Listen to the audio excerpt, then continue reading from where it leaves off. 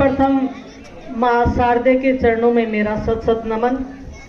सम्मानित मंच, सभी के नाम से परिचित नहीं हूँ तो माफी चाहूंगी। और पधारे हुए सभी ग्रामीण जन, माताएं, बहनें, चाचा, ताऊ, जितने भी यहाँ उपस्थित हैं, और नन्हे मुन्ने बच्चे जिन्होंने अपनी प्यारी प्यारी जो प्रस्तुतियां हैं उनसे सबका मन मोह लिया, आप सभी का मैं तहे दिल से हार्दिक स्वागत, अभिनंदन करती हूँ। अभी सुनील जी ने तो बहुत सारी प्रशंसा कर दी, खैर ऐसा तो कुछ भी नहीं है। अपन थोड़े थोड़े प्रयास करते हैं और उस प्रयास में अकेला कोई नहीं कर सकता, हम सबका ही सहयोग होता है। तो जो भी मैंने किया, मैंने नहीं किया, मेरे गांव की सभी महिलाओं ने किया, सबने हमने मिलकर किया। और क्यों किया?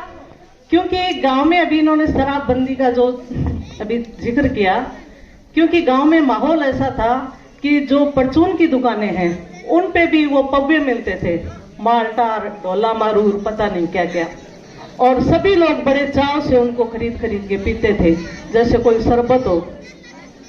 तो गांव में माहौल ऐसा हो गया कि रात को 12 बजे तक लोग एक दूसरे पे चप्पलें फेंकते थे, जूते फेंकते थे, गाली गलौज, मतलब बहुत गंदा माहौल बन गया।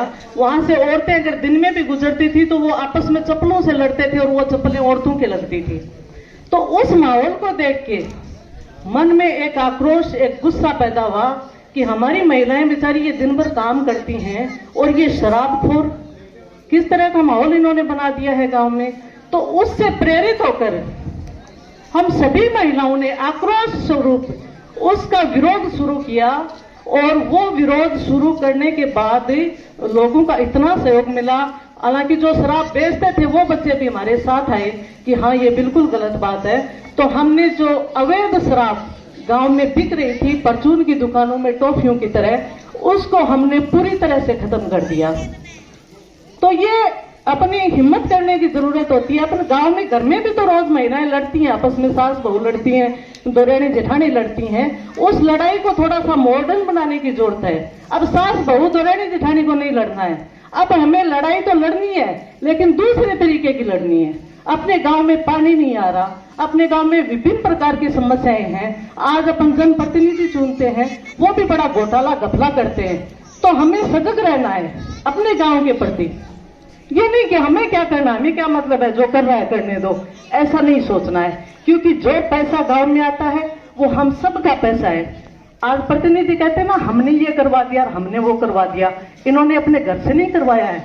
वो पैसा हम सब का है, हम सब लोग टैक्स भरते हैं, हमारा पैसा है। तो हमारी जिम्मेवारी बनती है कि हमारा प्रतिनिधि कोई काम कर रहा है तो वो ठीक से कर रहा है कि नहीं कर रहा है, ये नजर हम सबको बनाए रखनी है। क्योंकि भ्रष्टाचार इस गति से फैल गया है कि हर नेता पूरी ये कोशिश करता है कि मैं पिछले भ्रष्टाचार के रिकॉर्ड को तोड़कर एक नया रिकॉर्ड बना दूं, और पूरी शिद्दत के साथ इसमें लगा हुआ है। तो हम सब जब तक जागरूक नहीं होंगे तब तक ये परंपरा, ये परिपाटी चलती रहेगी। हम सबको जागरूक होना है। ये छोटे छोटे बच्चे हैं, हम इनको सरकारी स्कूल में भेजने से परहेज करते हैं। आज आपके सामने सरकारी स्कूल का माहौल है, इसके शिक्षक हैं। अब क्या ही तारीफ करूं मैं इनकी तारीफ करना यानी सूरज को दीपक दिखाने जैसा है। सरकारी स्कूल में इस तरह का माहौल, इतनी मेहनत कोई बिरला ही कर सकता है। हालांकि तनख्वाह सबको मिलती है, लेकिन तनख्वाह लेके मौज करते हैं, कोई मतलब नहीं है बच्चों को पढ़ाने से, और इतना सब कुछ करने की तो हम सोच भी नहीं सकते। तो कोई करता है तो उसके सहायक बनिए, सहयोग दीजिए।